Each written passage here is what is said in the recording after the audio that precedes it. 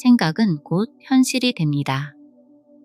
이것은 양자 물리학이 밝혀낸 우주의 근본 원리이며 2500년 전 붓다가 가르친 깊은 깨달음입니다.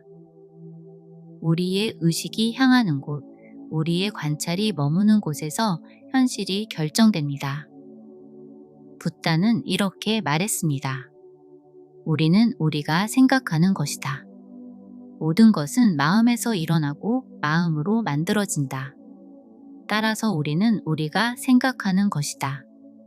이 가르침이 현대 양자 물리학과 정확히 일치하는 것은 우연이 아닙니다. 불교의 대표 경전인 다르마파다는 이렇게 시작합니다. 모든 것은 마음이 먼저이고 마음이 으뜸이며 마음으로 이루어진다. 악한 마음으로 말하거나 행동하면 고통이 그를 따른다. 선한 마음으로 말하거나 행동하면 행복이 그를 따른다. 이것은 단순한 도덕적 가르침이 아닙니다. 의식이 현실을 창조한다는 우주의 법칙을 설명한 것입니다. 우리의 생각과 감정이 특정한 진동을 만들고 그 진동이 같은 진동의 현실을 끌어당깁니다. 양자장 이론에 따르면 우주는 거대한 에너지장입니다. 모든 입자는 에너지장이 진동인 거죠. 우리의 생각도 전자기장을 만들고 이 장이 우주의 양자장과 상호작용합니다. 이 전자기장은 다시 우주의 양자장과 상호작용하면서 파동을 일으키고 그 결과가 현실 속 사건과 경험으로 나타납니다. 즉, 의식과 우주는 분리된 것이 아니라 서로 연결된 장 속에서 상호작용하는 하나의 체계입니다. 작은 생각 하나가 보이지 않는 장의 흔적을 남기고 그것이 확산되어 다시 우리의 경험으로 되돌아옵니다. 이것이 바로 상상이 현실을 창조하는 기묘한 우주의 작동 원리인 거죠. 우리가 무엇인가를 강렬하게 생각하고 느낄 때 특정한 주파수로 진동하는데요. 그 진동은 양자장에 정보를 각인시키고 같은 주파수의 현실이 돌아오는 것입니다. 붓다는 이것을 업의 법칙으로 설명했죠. 업은 의도를 담은 행동입니다. 의도가 씨앗이 되어 미래의 결과를 만듭니다. 의식이 개입된 창조적 인과관계인 거죠. 붓다는 바른 주의력을 통해 깨어 있으라고 했습니다. 의식적인 관찰이 새로운 현실을 창조하는 열쇠이고 무심히 살면 우리는 과거의 틀에 갇혀 같은 길을 걷게 됩니다. 의식이 집중될 때 우리는 새로운 가능성의 장으로 도약할 수 있습니다. 그 순간의 깨어있음은 과거의 굴레를 벗어나 다른 차원으로 나아가게 합니다. 주의 깊은 관찰이 쌓일수록 의식은 전혀 다른 궤도로 전환되죠. 이것이 양자 도약입니다. 양자 도약은 전자가 한 궤도에서 다른 궤도로 순간 이동하는 현상입니다. 우리의 의식도 이런 도약이 가능합니다. 오래된 패턴에서 새로운 패턴으로 순간적으로 전환할 수 있습니다. 붓다의 깨달음은 어느 순간 찾아왔다고 합니다. 무지에서 깨달음으로 문이 열리던 그 순간은 의식의 전환이자 도약이었던 겁니다. 이것이 의식의 양자 점프입니다. 전자가 한 궤도에서 다른 궤도로 중간 과정 없이 순간 이동하듯 우리의 의식도 한 상태에서 다른 상태로 즉시 도약할 수 있습니다. 깨달은 붓다도 왕자 시다르타도 모두 다른 우주에 동시에 존재합니다. 충격적으로 들릴 수도 있는데요. 하지만 휴 에버렛의 다세계 해석에 따르면 모든 가능한 버전의 우리가 평행 우주에 실제합니다. 붓다의 깨달음은 한 우주에서 다른 우주로의 의식적 이동이었을 수 있습니다. 2500년 전 시다르타 왕자가 보리수 아래 앉았을 때 그는 단순히 명상한 것이 아닙니다. 그는 의식의 양자 도약을 준비하고 있었습니다. 6년간의 고행은 점진적 수행이 아니라 도약을 위한 임계점 도달 과정이었습니다. 그리고 어느 순간 무명의 우주에서 깨달음의 우주로 순간 이동했습니다. 양자 물리학은 이런 도약이 어떻게 가능한지 설명합니다. 전자가 관찰되기 전까지 모든 가능한 위치에 동시에 존재하듯 우리의 모든 가능한 버전도 다중우주에 동시에 존재합니다. 우리가 경험하는 것은 그중 하나의 타임라인일 뿐입니다. 이것은 공상과학이 아닙니다. 양자역학의 수학적 기결입니다. 파동함수는 붕괴하지 않고 모든 가능성이 실현됩니다. 슈레딩거의 고양이가 살아있으면서 동시에 죽어있듯 붓다는 깨달았으면서 동시에 깨닫지 못한 상태로 존재합니다. 단지 우리가 어느 우주를 관찰하느냐의 차이입니다.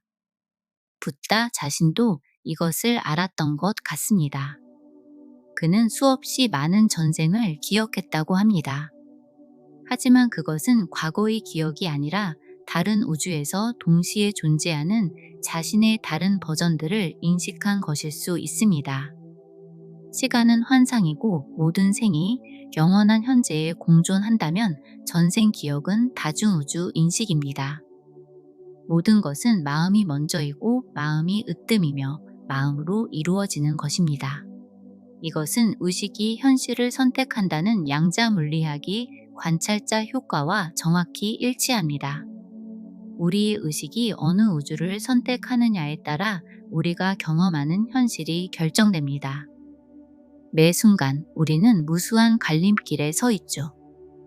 오른쪽으로 가면 한 우주, 왼쪽으로 가면 다른 우주입니다. 선택하는 순간 우주가 분기되고 선택하지 않은 다른 가능성은 평행 우주에서 전개됩니다. 이처럼 붓다의 깨달음이 가능한 이유는 깨달은 붓다가 이미 다른 우주에 존재했기 때문입니다. 마치 라디오 주파수를 바꾸듯 의식의 주파수를 조율하여 다른 현실에 접속한 거죠. 깨달음은 창조가 아니라 선택이었습니다. 양자 얽힘이라는 현상에서는 두 입자가 얽히면 아무리 멀리 떨어져도 순간적으로 연결됩니다. 모든 버전의 붓다도 이렇게 얽혀 있습니다. 이것은 우리 모두에게 해당됩니다. 지금 이 순간에도 무수한 버전의 나가 다중우주에 존재합니다. 가난한 나, 부유한 나, 병든 나, 건강한 나, 무지한 나, 깨달은 나. 이 모든 버전이 실제로 어딘가에서 살아가고 있는 거죠. 문제는 우리가 하나의 타임라인에만 갇혀 있다고 믿는 것입니다. 하지만 양자 물리학은 다른 가능성을 보여줍니다. 의식적 선택을 통해 다른 타임라인으로 이동할 수 있습니다. 붓다가 깨달음을 얻었을 때 그것은 미래의 붓다가 과거의 시타르타를 끌어올린 것일 수도 있습니다. 시간을 초월한 자기 인도인 셈이죠. 이중 슬릿 실험을 붓다의 수행에 적용해보면 관찰하지 않을 때 전자는 모든 가능한 경로를 동시에 지나갑니다. 마찬가지로 수행자는 깨달음에 이르는 모든 가능한 길을 동시에 걷습니다. 고통에서 벗어나 깨달음에 이르기 위해 붓다가 제시한 8가지 수행의 길인 팔정도는 8개의 분리된 길이 아니라 하나의 중첩된 파동함수입니다. 관찰, 즉 의식적 선택의 순간 파동함수는 붕괴되는 거죠. 하나의 경로가 현실이 되는 겁니다. 붓다는 보리수 아래서 이 선택을 했습니다. 무한한 가능성 중에서 깨달음의 현실을 선택했습니다. 이것이 중도의 진정한 의미인 것입니다. 극단을 피하는 것이 아니라 모든 가능성을 포함하는 거죠. 파동과 입자, 공과 색, 무명과 깨달음이 동시에 존재하는 양자적 중첩 상태입니다. 중도는 양자 중첩의 다른 이름입니다. 붓다는 무아를 통해 모든 것은 흘러가고 고정된 자아는 없음을 전했습니다. 이것은 양자 물리학과 완벽히 일치합니다. 입자는 관찰되기 전까지 확정된 위치가 없듯 자아도 고정된 실체가 없습니다.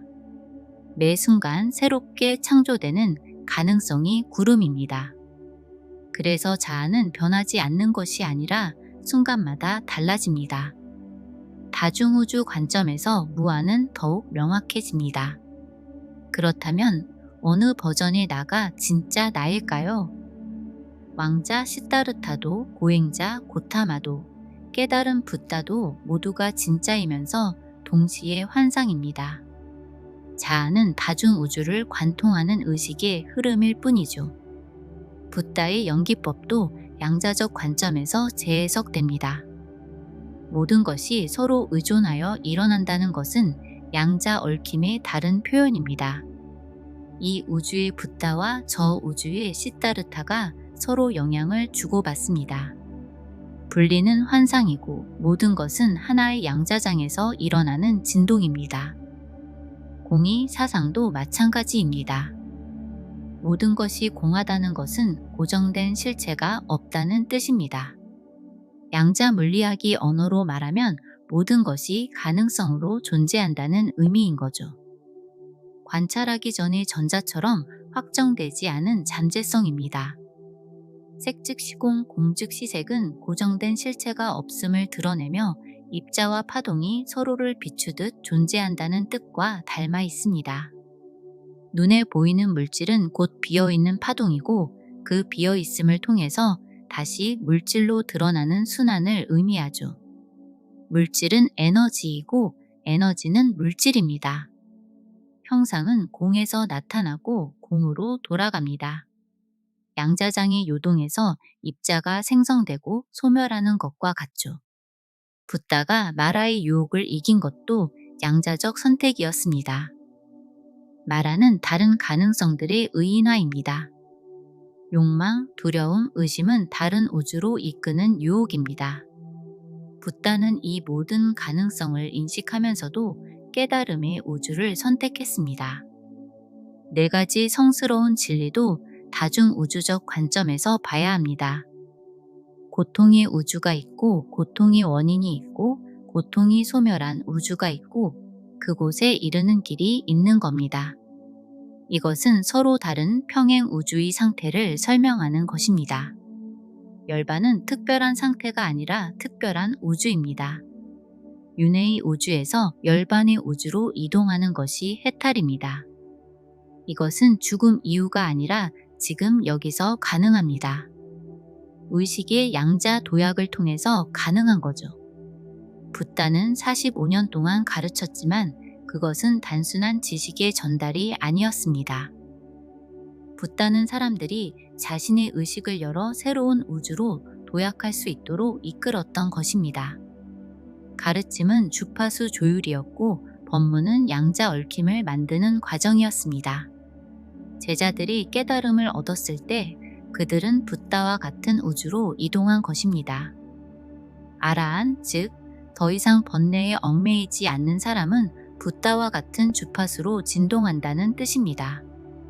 상가, 즉 깨달음을 향해 함께 걸어가는 이들의 모임은 같은 우주를 공유하는 의식들의 공동체입니다. 양자 도약은 점진적 과정이 아닙니다.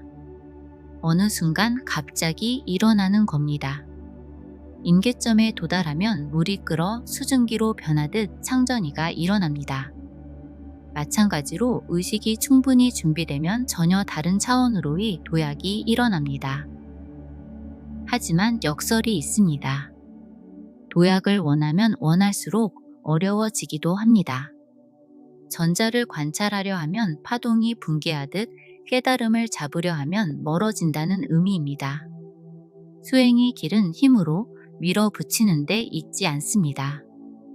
무의, 즉 애쓰지 않는 노력 속에서 의식은 고요히 열리며 도약은 자연스럽게 일어납니다. 붓다는 이를 깨달았고 6년간 이어진 혹독한 고행이 결실을 맺지 못한 이유도 여기에 있습니다. 지나친 애씀은 오히려 의식의 흐름을 막아 도약을 멀리하죠. 중도를 택했을 때 비로소 도약이 가능한 것입니다. 현대 물리학자들도 비슷한 경험을 합니다. 아인슈타인은 꿈속에서 상대성 이론의 영감을 얻었습니다. 케쿨레는 환상 속에서 벤젠의 구조를 보았죠. 이처럼 의식이 이완될 때 전혀 새로운 차원으로의 양자 도약이 일어납니다. 결국 우리는 모두 부처입니다. 다만 각자 다른 우주에 존재할 뿐입니다. 깨달은 나와 무지한 나는 동시에 존재합니다. 선택이 문제입니다. 매 순간이 선택이 순간인 거죠. 매 순간 우주는 다른 가능성으로 열립니다. 화를 낼지, 자비를 베풀지, 두려움에 머물지, 사랑으로 나아갈지 등 우리의 선택 하나하나가 또 다른 우주를 드러냅니다. 작은 선택들이 모여 결국 큰 도약을 이루는 거죠. 그리고 매일 조금씩 더 깨어있는 우주를 선택할 때 우리는 언젠가 완전히 깨어있는 우주에 도달하게 됩니다. 도노 돈수에서 도노는 깨달음이 한순간에 일어나는 것을 뜻합니다. 그 순간은 번개처럼 다가오는 번뜩임인 거죠. 반면 돈수는 그 깨달음을 삶 속에서 점차 깊이 체득하고 몸과 마음에 새기며 완성해가는 과정을 말합니다. 즉, 깨달음은 순간이면서 동시에 과정인 서로 다른 두 측면이 함께 어우러진 역설적 진리입니다. 겉으로는 모순처럼 보이지만 다중우주의 관점에서는 둘 다 참입니다. 붓다의 전생담 또한 단순한 과거가 아니라 다른 우주에서의 자신일 수 있습니다. 토끼였던 붓다, 코끼리였던 붓다, 왕이었던 붓다, 이들은 모두 평행우주 속에서 실제하는 버전입니다. 이처럼 우리의 모든 가능한 삶이 동시에 전개되고 있습니다. 꿈에서 가끔 다른 삶을 엿보는 것은 평행우주를 잠시 경험하는 것일 수 있습니다. 데자뷰는 평행우주 속 또 다른 나와 순간적으로 동기화되는 경험일지도 모릅니다. 직관과 영감도 다중우주적 현상입니다. 더 진화한 버전이 내가 보내는 신호인 거죠. 미래의 깨달은 나가 현재의 나를 인도합니다. 고정된 실체가 없음을 뜻하는 공의 체험은 모든 가능성이 겹쳐있는 양자장의 흐름을 알아차리는 것입니다. 하빌의 경험은 무수한 평행우주가 결국 본질적으로 하나임을 아는 순간입니다. 셀 수 없는 수많은 세계를 의미하는 삼천대천세계 역시 다중우주의 다른 표현입니다. 붓다는 무수한 세계가 동시에 존재한다고 했고 각 세계마다 부처가 있다고 했습니다. 이는 곧 2500년 전의 다중우주 사상입니다. 깨끗하고 완전한 세계를 뜻하는 정토로 알려진 아미타불의 서방 정토도 실제 땅이 아니라 또 다른 차원의 현실을 뜻합니다. 인간은 연부를 통해 의식의 진동수를 조율하면 그 세계와 연결될 수 있습니다. 죽은 뒤에만 가능한 것이 아니라 지금 이 자리에서도 가능한 것입니다. 모든 존재를 구원하겠다는 맹세를 의미하는 보살의 서원 또한 다중우주의 관점에서 이해할 수 있는데요. 그것은 모든 평행우주의 나를 깨닫게 하겠다는 의미입니다. 지옥 속의 나, 굶주린 나, 짐승으로 살아가는 나까지도 포함됩니다. 이 모든 버전의 나를 구원하는 것이 바로 보살행입니다. 자신의 선행과 공덕을 다른 존재에게 돌리는 수행을 뜻하는 회양도 마찬가지입니다. 공덕을 모든 중생에게 돌린다는 것은 곧 모든 평행우주에 긍정적 에너지를 보내는 것입니다.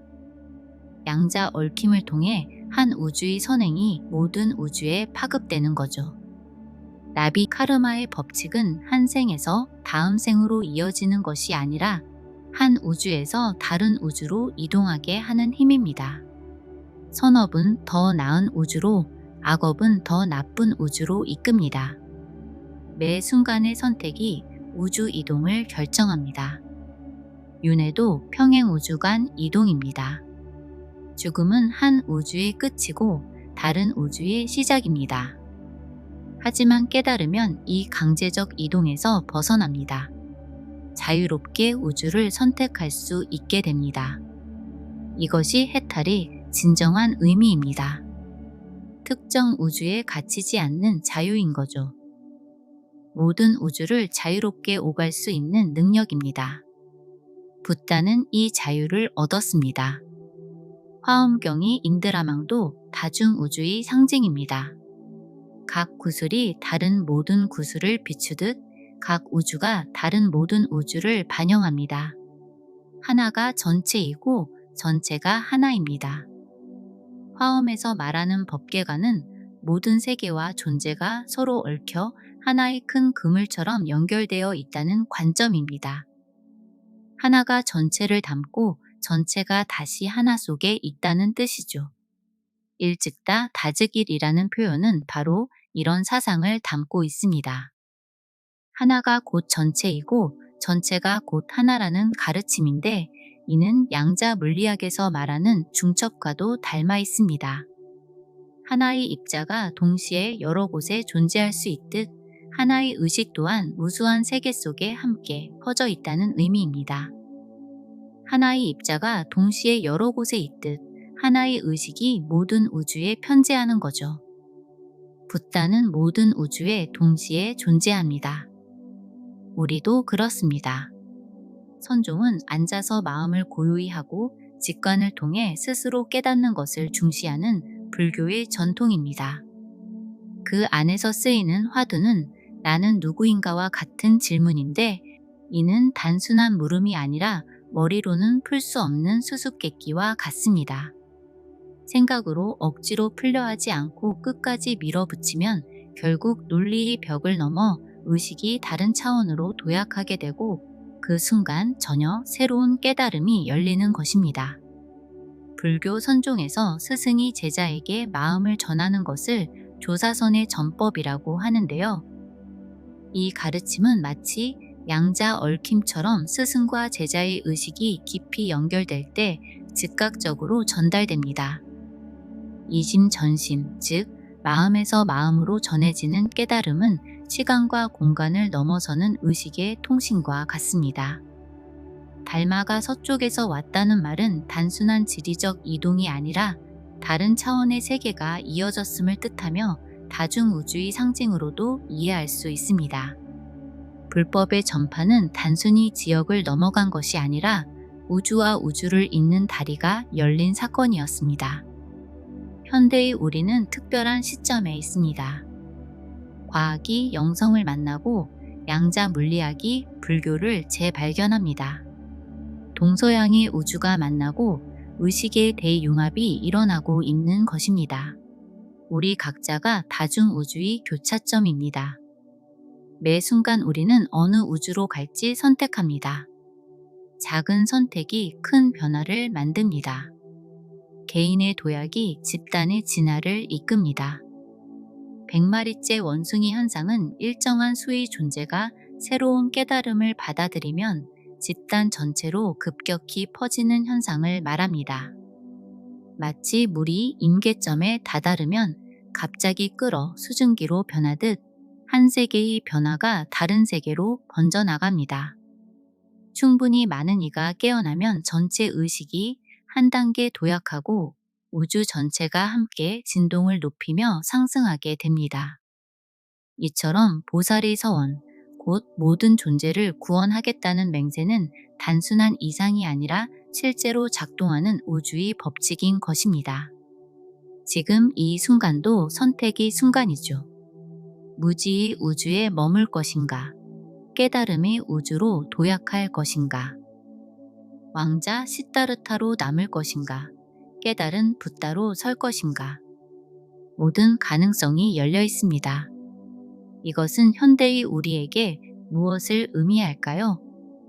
우리도 양자 도약이 가능하다는 것입니다. 지금 이 순간에도 깨달은 버전이 나가 어딘가에 존재합니다. 문제는 어떻게 그 우주로 이동하느냐입니다. 첫째, 다중우주의 실제를 인정해야 합니다. 하나의 현실만 있다는 고정관념을 버리고 무한한 가능성이 동시에 존재한다는 것을 받아들여야 합니다. 이것이 바른 견해인 거죠. 둘째, 우리가 원하는 세계를 향한 방향은 뚜렷해야 합니다.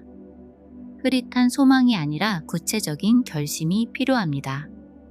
붓다가 보리수 아래에서 완전한 깨달음을 향해 마음을 세운 것이 바로 바른 사유였습니다. 셋째, 우리는 그 우주의 주파수에 맞춰 생각하고 느끼며 행동해야 합니다. 깨달은 사람처럼 살아가고 이미 그곳에 도달한 듯이 행동하는 것. 이것이 곧 바른 행동입니다. 넷째, 집착을 놓아야 합니다. 특정 결과에 매달리면 파동함수가 붕괴하지 않습니다. 모든 가능성에 열려 있으면서도 하나를 선택하는 역설적 상태가 필요합니다.